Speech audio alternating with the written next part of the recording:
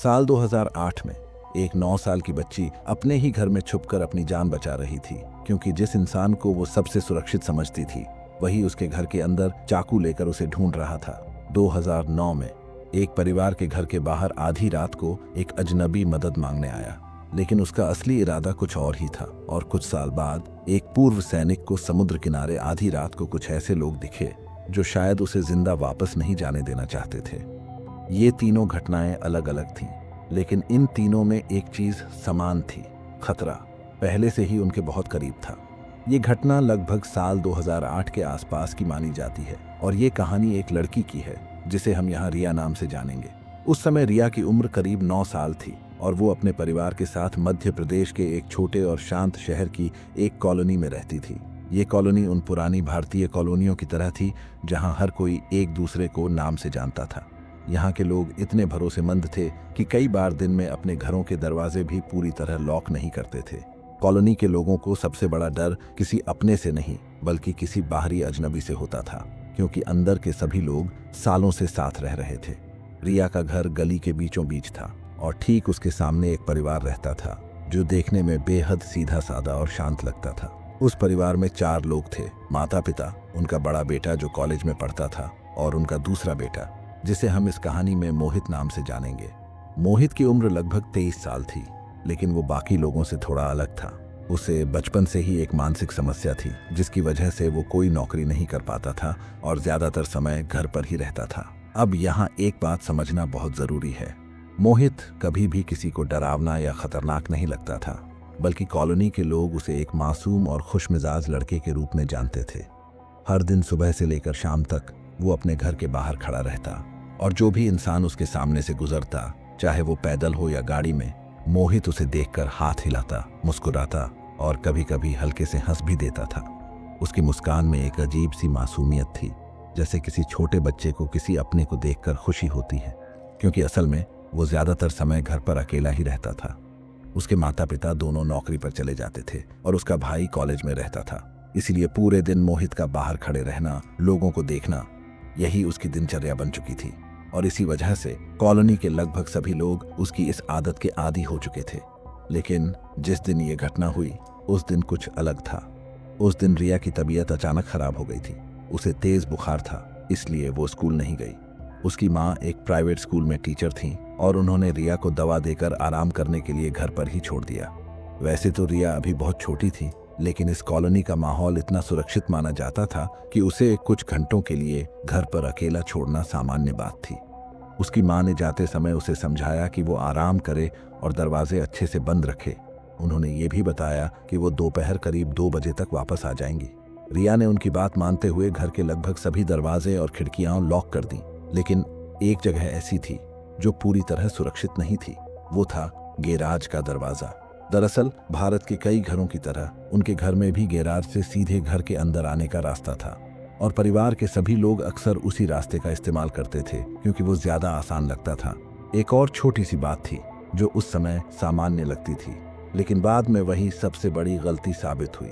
उनके घर में एक पालतू बिल्ली थी जो अक्सर बाहर घूमती रहती थी। इसी वजह से गैराज का शटर हमेशा थोड़ा सा खुला छोड़ा जाता था ताकि बिल्ली जब चाहे अंदर आ सके। इसका मतलब ये था कि हालांकि घर के मुख्य दरवाजे बंद थे, लेकिन गैराज के रास्ते से अंदर आने का एक मौका अभी भी मौजूद था। रिया अपने कमरे में बुखार की वजह से गहरी नींद में सो रही थी। उसे बिल्कुल भी अंदाजा नहीं था कि उसी समय कोई बाहर से उसके घर पर नजर रख रहा हो सकता है। और ये बात समझना मुश्किल नहीं था, क्योंकि मोहित जो हर दिन बाहर खड़ा रहता था, उसे ये पता चल चुका था कि आज रिया घर पर अकेली है। करीब दोपहर के समय अचानक रिया की नींद एक तेज आवाज से खुली। नीचे से मुख्य दरवाजे पर जोर जोर से खटखटाने की आवाज आ रही थी। पहले तो वो घबरा गई, लेकिन फिर हिम्मत करके धीरे धीरे सीढ़ियों से नीचे उतरी। उसका दिल तेज धड़क रहा। वो दरवाजे के पास गई और दरवाजे में लगे छोटे से छेद से बाहर झांक कर देखा। बाहर मोहित खड़ा था। उसके चेहरे पर वही पुरानी मुस्कान थी। रिया ने धीरे से दरवाजा थोड़ा सा खोला और तभी मोहित ने उससे कहा कि उसे सब पता है और अब जब वो घर पर अकेली है तो वो बाहर खड़ा रहकर उसके घर की रखवाली करेगा। रिया को उसकी ये बात थोड़ी अजीब लगी, लेकिन उसने बस हल्के से ठीक है कहा। और आगे क्या हुआ, यही वो हिस्सा है जिसने इस पूरी घटना को एक साधारण दिन से एक डरावनी सच्चाई में बदल दिया। रिया को उस समय मोहित की बात थोड़ी अजीब तो लगी थी, लेकिन उसने ज्यादा ध्यान नहीं दिया। उसने हल्की सी मुस्कान के साथ बस इतना कहा कि इसकी कोई जरूरत नहीं है और उसे आराम करना है, क्योंकि उसकी तबीयत ठीक नहीं है। ये सुनते ही मोहित के चेहरे का एक्सप्रेशन अचानक बदल गया। जो लड़का अभी कुछ सेकंड पहले तक मुस्कुरा रहा था, अब उसके चेहरे पर एक अजीब सी नाराजगी दिखाई दे रही थी। उसने गुस्से भरी आवाज में कहा कि लोग हमेशा उसे कमजोर समझते हैं और ये सोचते हैं कि वो कुछ नहीं कर सकता, लेकिन एक दिन वो सबको साबित करके दिखाएगा कि वो बेवकूफ नहीं है। उसकी ये बात सुनकर रिया घबरा गई। उसने तुरंत माफी मांगी और कहा कि उसका वो मतलब नहीं था, लेकिन अब उसे सच में आराम करना है। इतना कहकर उसने दरवाजा बंद कर दिया और वापस अपने माता पिता के कमरे में जाकर लेट गई। बुखार की वजह से उसका शरीर पहले से ही कमजोर था और कुछ ही मिनटों में उसे फिर से नींद आ गई। लेकिन करीब 1 घंटे बाद अचानक उसकी नींद फिर से खुली। इस बार वजह थी नीचे से आने वाली एक हल्की सी आवाज। ये आवाज किचन की तरफ से आ रही थी और वही किचन जहां गैराज का दरवाजा खुलता था। पहले तो रिया को लगा कि शायद उसकी माँ वापस आ गई है, लेकिन जैसे ही उसने पास रखी घड़ी की तरफ देखा, उसकी सांस अटक गई। समय था सुबह के 10:20। उसकी माँ के आने में अभी लगभग 4 घंटे बाकी थे। अब उसके दिल की धड़कन तेज हो गई। उसी समय नीचे से फिर वही आवाज आई, जैसे कोई धीरे धीरे चल रहा हो। रिया ने आवाज लगाकर किसी को बुलाने की हिम्मत नहीं की। वो तुरंत बिस्तर से उठी और घबराकर अपने माता पिता के बाथरूम में जाकर दरवाजा बंद कर लिया। लेकिन तभी उसे एक और बात याद आई। उस बाथरूम के दरवाजे में अंदर से लॉक ही नहीं था और सबसे बड़ी गलती, दरवाजा बंद करते समय जो तेज आवाज हुई थी, उससे अब घर के अंदर मौजूद इंसान को पता चल चुका था कि रिया ऊपर है। अगले ही पल उसे सीढ़ियों पर किसी के भारी कदमों की आवाज सुनाई दी। अब रिया को समझ आ चुका था कि घर के अंदर कोई अजनबी मौजूद है। उसका पूरा शरीर डर से कांप रहा था, लेकिन उसने हिम्मत दिखाई और धीरे से बाथरूम से निकलकर अपने माता पिता की अलमारी की तरफ भागी। वो अलमारी कमरे के दूसरे कोने में थी। रिया जल्दी से अंदर घुस गई और कपड़ों के पीछे छुप कर बैठ गई। उसकी सांसें इतनी तेज चल रही थीं कि उसे डर था कहीं आवाज बाहर न चली जाए। और उसी समय कमरे का दरवाजा खुला। रिया ने अलमारी के दरवाजे की छोटी सी दरार से बाहर देखा और जो उसने देखा उसे देखकर उसका खून जम गया। कमरे के अंदर मोहित खड़ा था, लेकिन इस बार उसके चेहरे पर कोई मुस्कान नहीं थी। उसकी आंखें ठंडी और खाली लग रही थीं और उसके हाथ में किचन का एक बड़ा चाकू था। रिया ने अपने मुंह पर हाथ रख लिया ताकि उसकी चीख बाहर न निकल जाए। मोहित सीधे बाथरूम की तरफ गया जहां रिया कुछ सेकंड पहले छुपी हुई थी। उसने अंदर झांक कर देखा, लेकिन वहां कोई नहीं था और तभी उसने गुस्से में अजीब सी आवाज निकालनी शुरू कर दी, जैसे कोई अपनी झुंझलाहट को रोक नहीं पा रहा हो। वो पूरे कमरे में इधर उधर घूमने लगा, जैसे किसी को ढूंढ रहा हो। रिया अलमारी के अंदर बिल्कुल चुप बैठी रही, बिना हिले, बिना आवाज किए। समय जैसे रुक गया था। करीब कई घंटों तक वो वहीं छुपी रही। फिर उसे नीचे मुख्य दरवाजा खुलने और बंद होने की आवाज सुनाई दी। मोहित जा चुका था, लेकिन फिर भी रिया ने बाहर निकलने की हिम्मत नहीं की। वो वहीं छुपी रही जब तक दोपहर में उसकी माँ घर वापस नहीं आ गई। जैसे ही उसकी माँ ने उसे उस हालत में देखा, रिया जोर जोर से रोने लगी और उसने पूरी घटना बता दी। पहले तो उसकी माँ को यकीन करना मुश्किल था, लेकिन तभी उन्हें घर के मुख्य दरवाजे के पास किचन का वही चाकू पड़ा मिला जो सुबह अपनी जगह पर नहीं था। अब ये साफ था कि जो कुछ रिया ने देखा था वो कोई सपना या बुखार का भ्रम नहीं था, बल्कि हकीकत थी। पुलिस को बुलाया गया और इस घटना की आधिकारिक शिकायत दर्ज की गई, लेकिन उसके बाद मोहित के साथ क्या हुआ ये बात कभी साफ नहीं हो पाई। रिया ने इस घटना के बाद कई सालों तक किसी से इस बारे में बात नहीं की, क्योंकि उस दिन जो डर उसने महसूस किया था वो उसके दिमाग में हमेशा के लिए बस चुका था। और सबसे डरावनी बात ये थी कि जिस इंसान को पूरी कॉलोनी सबसे सुरक्षित और मासूम मानती थी, असल में खतरा उसी से था। रिया के साथ हुई उस घटना के बाद उसकी जिंदगी धीरे धीरे सामान्य तो दिखने लगी, लेकिन असल में उसके अंदर कुछ हमेशा के लिए बदल चुका था। समय बीतता गया, स्कूल खत्म हुआ और फिर कॉलेज का समय आया।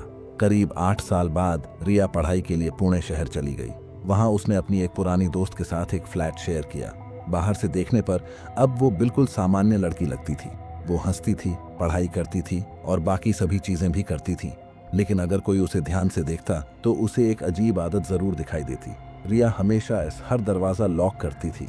सिर्फ लॉक ही नहीं, बल्कि हर दरवाजे और खिड़की को 3-3 बार चेक करती थी।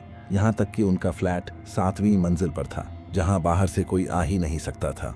फिर भी वो बालकनी का दरवाजा लॉक करती थी और सबसे अजीब बात, वो अपने बेडरूम के दरवाजे पर एक एक्स्ट्रा लॉक लगाकर सोती थी। उसने कभी इस बारे में किसी को कुछ नहीं बताया और उसने फिर कभी मोहित का नाम तक नहीं लिया, जैसे वो इंसान कभी उसकी जिंदगी में था ही नहीं।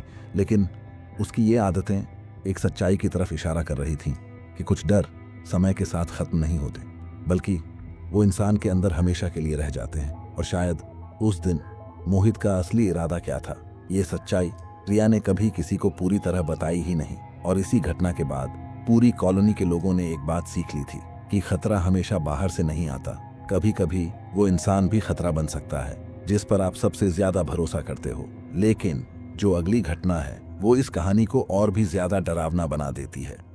ये घटना साल 2009 की है। इस बार कहानी एक लड़के की है जिसे हम यहाँ अमन नाम से जानेंगे। उस समय अमन 11वीं क्लास में पढ़ता था और अपने परिवार के साथ उत्तराखंड के एक पहाड़ी इलाके में रहता था। उसका घर पहाड़ के बिल्कुल ऊपर बना हुआ था। चारों तरफ घना जंगल था और रात के समय पूरा इलाका घने कोहरे से ढक जाता था। उस घर के आसपास न कोई स्ट्रीट लाइट थी और ना ही कोई पास का पड़ोसी। सबसे नजदीकी घर लगभग 15 मिनट की दूरी पर था और उनके घर से करीब 5 मिनट दूर एक पुराना और पूरी तरह से खाली पड़ा हुआ मकान था। रात के समय वहां इतनी खामोशी होती थी कि अगर कोई दूर भी चलता तो उसकी आवाज साफ सुनाई दे जाती थी। अमन का परिवार थोड़ा अलग स्वभाव का था। जब भी रात में कोई गाड़ी उनके घर की तरफ आती तो वो घर की लाइट बंद कर देते और चुपचाप इंतजार करते कि वो गाड़ी आगे निकल जाए। ये उनकी पुरानी आदत थी। उस रात समय था रात के करीब 11 बजे। अमन अकेला डाइनिंग टेबल पर बैठा था और अपने मोबाइल पर एक एनिमे देख रहा था, साथ में सीरियल खा रहा था। घर के अंदर की लाइट्स चालू थीं, जिसकी वजह से बाहर सिर्फ अंधेरा ही दिखाई दे रहा था। उसके सामने एक बड़ी खिड़की थी जो सीधे घर के बाहर की सड़क की तरफ खुलती थी। तभी अचानक अमन का ध्यान खिड़की की तरफ गया। उसे ऐसा लगा जैसे बाहर कोई खड़ा है। पहले तो उसने सोचा कि ये सिर्फ उसकी परछाई होगी या फिर आंखों का भ्रम, इसलिए उसने फिर से अपना ध्यान मोबाइल पर लगा लिया। लेकिन कुछ सेकंड बाद उसने फिर से खिड़की की तरफ देखा और इस बार उसे साफ साफ एक इंसानी आकृति दिखाई दी। वो आकृति घर के बाहर खड़ी थी और धीरे धीरे अपना हाथ हिला रही थी, जैसे वो अमन को इशारा कर रही हो। उस पल अमन के शरीर में एक ठंडी सिहरन दौड़ गई, क्योंकि उसे पता था कि उस सुनसान पहाड़ पर उस समय कोई भी बाहर नहीं होना चाहिए था। यही खत्म। अमन ने जैसे ही उस आकृति को अपना हाथ हिलाते हुए देखा, उसके हाथ से चम्मच लगभग गिर ही गया। उसका पूरा शरीर डर से जाम हो गया था। करीब 10 सेकंड तक वो बिना हिले बस खिड़की की तरफ देखता रहा और तभी बाहर खड़े उस आदमी ने आवाज लगाई, भाई साहब जरा मदद चाहिए। उसकी आवाज सुनकर अमन के माता पिता भी तुरंत वहां आ गए। अब ये साफ हो चुका था कि वो कोई परछाई या भ्रम नहीं, बल्कि एक असली इंसान था। बाहर खड़ा वो आदमी अब अपनी कहानी बताने लगा। उसने कहा कि उसकी गाड़ी कुछ दूर नीचे सड़क पर खराब हो गई थी और फिर कुछ लोगों ने उसका सामान और गाड़ी छीन ली और अब वो किसी तरह पैदल चलते हुए यहाँ तक पहुंचा है। उसकी बात सुनकर अमन के माता पिता एक दूसरे की तरफ देखने लगे, क्योंकि उन्हें एक बात समझ नहीं आ रही थी। अगर वो आदमी सच बोल रहा था तो वो घने जंगल के बीच से पूरे अंधेरे में बिना कोई आवाज किए यहाँ तक कैसे पहुंच गया, क्योंकि उस इलाके में थोड़ी सी भी हलचल दूर से सुनाई दे जाती थी। फिर भी इंसानियत के नाते अमन के पिता ने उससे कहा कि वो पुलिस को फोन कर देते हैं ताकि उसकी मदद हो सके। लेकिन जैसे ही उस आदमी ने ये सुना, उसने तुरंत घबरा कर कहा, नहीं नहीं, पुलिस को मत बुलाइए। उसका ये जवाब घर के अंदर खड़े सभी लोगों को अजीब लगा, क्योंकि अगर कोई सच में मुसीबत में होता तो वो पुलिस से क्यों डरता। कुछ सेकंड के लिए पूरा माहौल चुप हो गया। अब शायद उस आदमी को भी एहसास हो चुका था कि उसने कुछ गलत कह दिया है, इसलिए उसने जल्दी से अपनी बात बदलते हुए कहा कि अगर हो सके तो क्या कोई उसे नीचे शहर तक छोड़ सकता है। अमन के पिता को अब यकीन हो चुका था कि कुछ तो गड़बड़ है। उन्होंने हल्की सी हंसी के साथ उसे मना कर दिया और कहा कि उन्होंने पुलिस को पहले ही सूचना दे दी है। ये सुनते ही घर के अंदर खड़ा अमन और ज्यादा डर गया। उसे ऐसा लग रहा था जैसे खिड़की के बाहर खड़ा वो आदमी उसकी हर हरकत को ध्यान से देख रहा है। डर के मारे अमन तुरंत उठा और पास रखी एक अलमारी की तरफ गया। उसने वहां से 2 बड़े औजार उठा लिए जो आमतौर पर जंगल में लकड़ी काटने के काम आते थे। उसके हाथ कांप रहे थे और वो समझ नहीं पा रहा था कि वो सही कर रहा है या नहीं। लेकिन उस समय उसका दिमाग सिर्फ अपने परिवार की सुरक्षा के बारे में सोच रहा था। वो तुरंत अपने भाई बहनों के कमरे में गया, जहां उसके छोटे भाई बहन अभी भी जाग रहे थे और टीवी देख रहे थे। अमन ने उन्हें तुरंत चुप रहने का इशारा किया। उनके चेहरे पर भी डर साफ दिखाई देने लगा। अब पूरा परिवार एक ही जगह बिना आवाज किए खड़ा था। और तभी बाहर खड़े उस आदमी ने फिर से आवाज लगाई। इस बार उसकी आवाज थोड़ी अलग थी। उसने कहा, अगर आप लोग मदद नहीं कर सकते तो कोई बात नहीं, मैं आगे चला जाता हूं। अमन के पिता ने तुरंत जवाब दिया कि आगे कोई घर नहीं है और उसे यहीं रुककर पुलिस का इंतजार करना चाहिए। लेकिन उस आदमी ने फिर से मना कर दिया। उसने कहा कि उसे पुलिस की जरूरत नहीं है और वो खुद ही चला जाएगा। अब स्थिति और भी अजीब हो चुकी थी, क्योंकि कुछ मिनट पहले वो आदमी मदद मांग रहा था और अब वो खुद ही जाने की बात कर रहा था। तभी अमन के पिता ने एक अजीब फैसला लिया। घर के बाहर बरामदे में एक पुरानी और टूटी हुई बच्चों की साइकिल पड़ी थी, जो सालों से इस्तेमाल नहीं हुई थी। उन्होंने मजाक में उस आदमी से कहा कि अगर उसे जाना ही है तो वो ये साइकिल ले जा सकता है। सबको लगा कि वो आदमी मना कर देगा, लेकिन उसने तुरंत साइकिल उठा ली। कुछ सेकंड बाद घर के बाहर से उस साइकिल के घिसटने की आवाज आने लगी, जैसे कोई उसे चलाने की कोशिश कर रहा हो। लेकिन फिर अचानक आवाज बंद हो गई और उसके बाद कोई आवाज नहीं आई, न कदमों की, न साइकिल की, कुछ भी नहीं। इसका मतलब या तो वो आदमी वहीं खड़ा था या अभी भी घर के आसपास कहीं मौजूद था, और यही बात इस पूरी घटना को और भी ज्यादा डरावना बना रही थी। घर के बाहर अचानक सब कुछ शांत हो जाने के बाद अमन के पिता ने बिना देर किए पुलिस को फोन कर दिया। अब पूरा परिवार घर की लाइट बंद करके खिड़की से बाहर सड़क की तरफ देख रहा था। हर किसी के मन में बस एक ही सवाल था, वो आदमी आखिर गया कहाँ? करीब 15 मिनट बाद दूर पहाड़ के नीचे से पुलिस की गाड़ी की लाल और नीली लाइट दिखाई दी। जैसे जैसे वो गाड़ी पास आ रही थी, उसकी लाइट्स पूरे इलाके को रोशन कर रही थी। और तभी एक ऐसी चीज दिखाई दी जिसने सबको और ज्यादा डरा दिया। वो पुरानी बच्चों वाली साइकिल सड़क के बीचों बीच पड़ी हुई थी, लेकिन उसके आसपास कोई भी नहीं था। पुलिस वाले गाड़ी से उतरे और टॉर्च लेकर इधर उधर देखने लगे। उन्होंने जंगल की तरफ भी रोशनी डाली, लेकिन उन्हें कोई इंसान दिखाई नहीं दिया। जैसे वो आदमी अचानक हवा में गायब हो गया हो। पुलिस ने कुछ मिनट तक वहां जांच की, लेकिन जब उन्हें कुछ नहीं मिला तो उन्होंने इसे एक सामान्य घटना मानकर वापस जाने का फैसला किया। उस रात उसके बाद कुछ भी नहीं हुआ, लेकिन अमन के लिए सब कुछ बदल चुका था। उस रात वो अपने बिस्तर पर सोया, लेकिन इस बार उसके बिस्तर के नीचे वो दोनों औजार रखे हुए थे जो उसने अपनी सुरक्षा के लिए उठाए थे, क्योंकि अब उसे अपने ही घर में पहली बार असुरक्षित महसूस हो रहा था। अगले दिन उस इलाके में किसी भी गाड़ी चोरी या लूट की कोई खबर नहीं आई। इसका मतलब उस आदमी की कहानी झूठ थी। और अब सबसे बड़ा सवाल यही था कि अगर वो मुसीबत में नहीं था तो वो वहां आया क्यों था? और सबसे डरावनी बात, वो गया कहां? क्योंकि जिस रास्ते से वो आया था वहां से जाते हुए किसी ने उसे नहीं देखा, ना किसी पड़ोसी ने, ना पुलिस ने, किसी ने भी नहीं। और एक और बात जो आज तक अमन को डराती है वो ये है कि उस आदमी का चेहरा उसने कभी साफ देखा ही नहीं। मतलब अगर वो आदमी आज भी कहीं उसके सामने खड़ा हो तो शायद वो उसे पहचान भी नहीं पाएगा। लेकिन उस रात के बाद अमन और उसके परिवार ने एक चीज हमेशा के लिए सीख ली कि कभी कभी खतरा मदद मांगने के बहाने आता है, और हर वो इंसान जो बाहर से बेबस दिखाई दे, जरूरी नहीं कि वो सच में बेबस ही हो। क्योंकि उस रात अगर अमन के पिता ने दरवाजा खोल दिया होता तो शायद ये कहानी आज यहाँ खत्म नहीं होती। और आज भी जब अमन उस रात को याद करता है तो उसके मन में बस एक ही सवाल आता है, क्या वो आदमी सच में चला गया था या वो बस सही मौके का इंतजार कर रहा था? ये घटना कुछ समय बाद की है, और इस बार कहानी एक ऐसे इंसान की है जिसने अपने जीवन में पहले ही बहुत कुछ झेला था। इस कहानी के मुख्य व्यक्ति को हम यहाँ विक्रम नाम से जानेंगे। विक्रम भारतीय सेना में रह चुका था, लेकिन सेना से वापस आने के बाद उसकी जिंदगी पहले जैसी नहीं रही। वो पिछले करीब 3 साल से गंभीर मानसिक तनाव और डर से जुड़ी समस्याओं से गुजर रहा था। डॉक्टरों के अनुसार ये सब उसके पुराने अनुभवों का असर था, जिसकी वजह से उसे अक्सर बेचैनी, डर और नींद न आने जैसी समस्याएं होती थीं। इन सब चीजों से राहत पाने के लिए विक्रम ने कुछ मानसिक अभ्यास शुरू किए थे, जिनका मकसद था अपने दिमाग को शांत करना। लेकिन उसके घर का माहौल इसके बिल्कुल उल्टा था। विक्रम अपनी पत्नी के साथ मुंबई के एक समुद्र के पास बने पुराने अपार्टमेंट के ग्राउंड फ्लोर पर रहता था। ऊपर वाले फ्लैट में रहने वाला आदमी लगभग हर समय शोर करता रहता था। कभी भारी चीजें गिरने की आवाज, कभी रात में तेज कदमों की आवाज और कभी अजीब सी घसीटने की आवाजें। इन सब की वजह से विक्रम के लिए घर में शांति ढूंढना लगभग नामुमकिन हो गया था। और शायद यही वजह थी कि उसने एक अलग तरीका ढूंढा। क्योंकि विक्रम को रात में नींद नहीं आती थी तो उसने सोचा क्यों ना इस समय का इस्तेमाल किया जाए। अब लगभग हर रात करीब 11 बजे वो अपना जैकेट पहनता और घर से बाहर निकल जाता। उसका घर समुद्र से ज्यादा दूर नहीं था। करीब 10-15 मिनट पैदल चलने पर वो समुद्र किनारे पहुंच जाता था।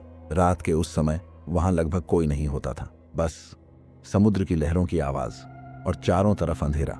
विक्रम के लिए वो जगह एक तरह से सुरक्षित महसूस होती थी। वो धीरे धीरे चलते हुए समुद्र किनारे के उस हिस्से तक पहुंच जाता जहां एक पुराना और अब पूरी तरह बंद हो चुका रेस्टोरेंट था। वो जगह सालों से खाली पड़ी थी और दिन में भी लोग वहां कम ही जाते थे, लेकिन रात में वो जगह बिल्कुल सुनसान हो जाती थी। विक्रम अक्सर वहां लगी एक पुरानी बेंच पर बैठ जाता और समुद्र की तरफ देखते हुए अपना ध्यान शांत करने की कोशिश करता।